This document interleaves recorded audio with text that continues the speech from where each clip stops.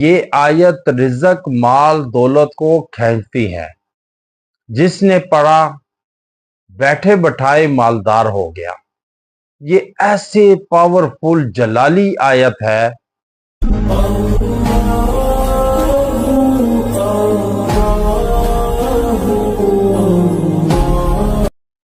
نحمد و نصلی علی رسولہ الکریم، اما بعد فاعوذ باللہ من الشیطان الرجیم، بسم اللہ الرحمن الرحیم۔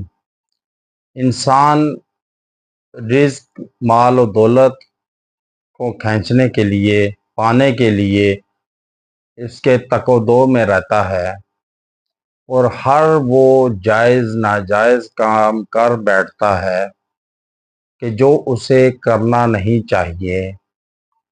انسان جس کے لیے مال و دولت اکٹھی کرتا ہے ناجائز طریقے سے، وہ اس کا ساتھ چھوڑ دیتے ہیں مرنے کے بعد۔ کیونکہ جب زندہ ہوتا ہے تو پیسے کی طاقت ہوتی ہے، ویلیو ہوتی ہے، میگنیٹ پاور ہوتی ہے، جو انسان کو اپنی طرف راغب کرتا ہے، کھینچتا ہے۔ لیکن جیسے ہی انسان کی آنکھیں ماند پڑتی ہیں، بند ہوتی ہیں، سب سے پہلے وہی رشتے ساتھ چھوڑتے ہیں کہ جن کے لیے انسان ناجائز طریقے سے مال دولت کماتا ہے، ان پر لگاتا ہے۔ کیونکہ مال اور دولت ناجائز ہوتے ہیں تو اس کی تاثیر بھی ناجائز ہوتی ہے، وہ بھی پھر انسان کو مفاد پرستی تک ہی رکھتی ہے۔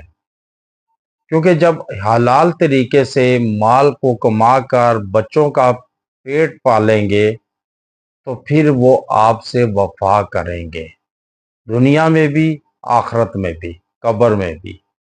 پھر وہ آپ کو قبر میں نہیں بھولیں گے۔ تو وہ جیسے آپ ایک جگہ مال اکٹھا کرتے ہیں اور مال کو اکٹھا کر کے رکھتے ہیں دکھانے کے لیے، یا پھر ایسی جگہ چھپاتے ہیں کہ جو آپ کے مال تک نہ پہنچ سکے۔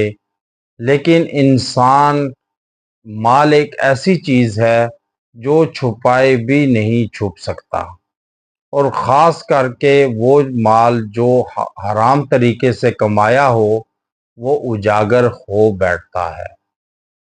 اس لیے اپنے مال و دولت حلال طریقے سے کمائیں، تاکہ جو لقمہ آپ اپنی اولاد کو کھلائیں وہ حلال کا ہو، تو پھر آپ کے ساتھ وہ وفا کریں گے، دنیا میں بھی آپ کا ساتھ نہیں چھوڑیں گے، اور قبر میں بھی جائیں گے تو آپ کا ساتھ نہیں چھوڑیں گے، صدقہ کریں گے، صدقہ بنیں گے، دعا کریں گے، اور آپ کی آخرت بھی سنورے گی۔ اب اگر آپ حلال طریقے سے رزق مال دولت اکٹھا کرنا چاہتے ہیں، کھلانا چاہتے ہیں، اپنا وقار بلند کرنا چاہتے ہیں، کیونکہ آج کل کے دور میں جس کے پاس جتنا پیسہ ہے اس کا وقار بھی ہے، اس کی عزت بھی اتنی ہی ہے، اور اس کو اتنے ہی طریقے سے اچھا سمجھا جاتا ہے، اور اس کی بات کو ویلیو بھی دی جاتی ہے۔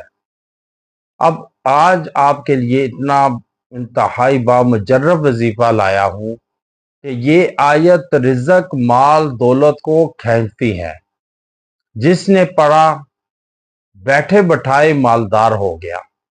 یہ ایسے پاورفل جلالی آیت ہے کہ جس کو پڑھنے پر انشاءاللہ تعالی مفلسی افلاس آپ سے دور بھاگے گا، آپ محتاجی سے نکلیں گے۔ تو اس لیے آپ یہ وظیفہ فجر کے بعد کریں کہ آپ نے 41 مرتبہ یہ پڑھنا ہے، اول و آخر 3 مرتبہ درود ابراہیمی کے ساتھ۔ وہ وظیفہ کیا ہے؟ یا اللہ انصرنا فإنک خیر الناصرین۔ یہ آپ نے 41 مرتبہ پڑھنا ہے، اول و آخر 3 مرتبہ درود ابراہیمی کے ساتھ، اور آپ دعا کریں۔ انشاءاللہ آپ دیکھیں گے کہ یہ آیت جلالی آیت کیسے رزق مال دولت کو کھینچتی ہے اور آپ کو مالدار بنائے گی اور حلال طریقے سے مالدار بنائے گی۔ وآخر دعوانا ان الحمد للہ رب العالمین۔